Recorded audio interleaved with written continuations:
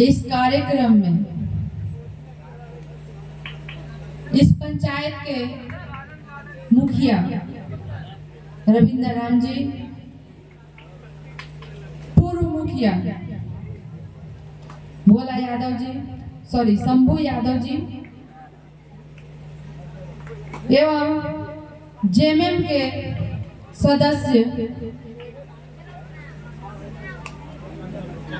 चंदन सिन्हा जी, हमारे चाचा सरताज खान जी, हमारे राष्ट्रीय जनता दल के छतरपुर पूर्व प्रखंड अध्यक्ष संतोष यादव जी, डॉक्टर साहब योगेंद्र यादव जी एवं इस रामलीला कमेटी के अध्यक्ष नंदलाल यादव जी, विनय राम जी एवं तमाम रामलीला करने आए हुए हमारे रामलीला कमेटी के सभी कलाकारगण जो अभी कुछ देर में यहाँ पर आप सभी को प्रभु श्री राम जी की चरित्र लीला दिखाएंगे एवं इस मंच पर उपस्थित तमाम सम्मानित मंचासीन अतिथिगण,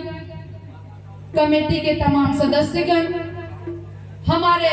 सामने उपस्थित इस ग्राम की तमाम माताएं, बहनें, भाई बंधु, गार्जियन, आप सभी को हार्दिक अभिनंदन, प्रणाम और जोहार करती हूँ। और सबसे पहले नवरात्रि की शुभ अवसर पर आप सभी को नवरात्रि की एवं दशहरा की हार्दिक शुभकामनाएं एवं बधाई।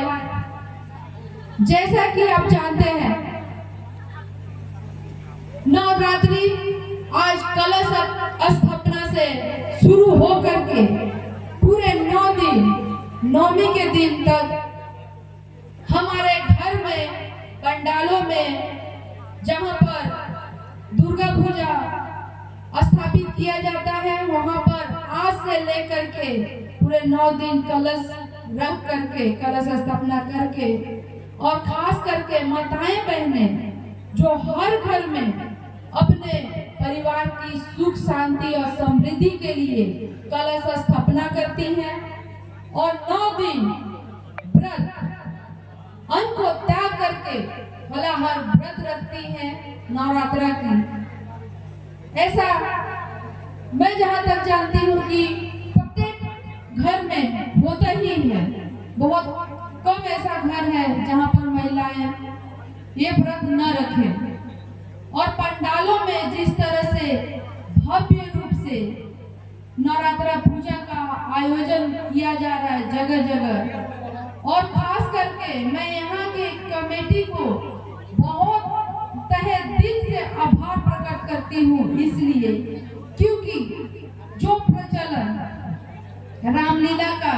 रासलीला का कहीं न कहीं इंटरनेट की दुनिया में विलुप्त होते जा रही है, उस प्रचलन को आप लोगों ने जिंदा रखने के लिए और समाज में हमारे आने वाले पीढ़ी तक रामलीला प्रचलन को बढ़ावा देने के लिए आप इस तरह का सराहनीय कार्य कर रहे हैं, उसके लिए मैं तहे दिल से आप सभी को आभार और धन्यवाद करती हूँ। क्योंकि ये हमारा पुराना जो सांस्कृतिक कार्यक्रम है उसमें से एक है। पहले के जमाने में रंगमंच पे ही और इस तरह का रामलीला और रसलीला के द्वारा हमारे समाज में लोगों तक भगवान श्री राम जी के, माता दुर्गा के और श्री कृष्ण जी के कहानियों को कलाकारों द्वारा प्रस्तुत किया जाता था। क्योंकि उस जमाने में टेलीविजन, मोबाइल और इंटरनेट की सुविधा नहीं थी, तो हमारे यही कला आगे, क्योंकि उस समय जब हम लोग छोटे छोटे हुआ करते थे, जहाँ भी रामलीला या रासलीला का मंचन हुआ करता था तो हम लोग बड़े ही चाव के साथ जाते थे और पूरे 9 दिन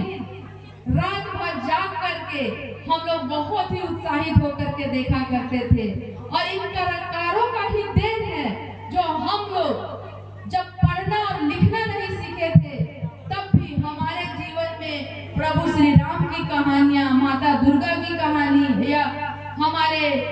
श्री कृष्ण जी की कहानी के बारे में हमें जानकारी हुआ करता था। उसका श्रेय अगर किसी को जाता है तो रामलीला कमेटीगण को भी जाता है, क्योंकि उन्हीं का ये देन है।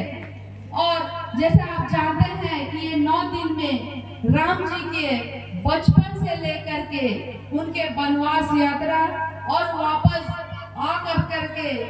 उनका राजा बनने तक की कहानी को दिखाया जाएगा और 10वीं के दिन रावण वध दिखाया जाएगा।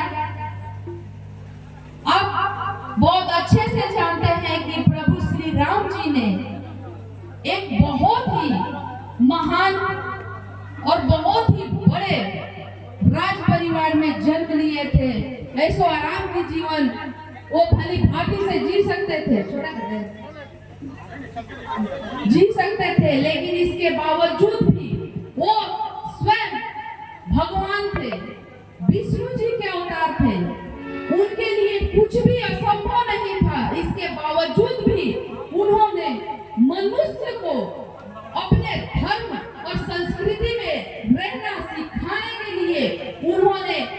एक मनुष्य रूप में जीवन लेकर के कष्टमय जीवन चुना, क्योंकि वो तो राज परिवार से थे और उनके लिए कुछ भी असंभव नहीं था। लेकिन फिर भी वो उनका पूरा जीवन बचपन में चाहे उनको पढ़ाई और शिक्षा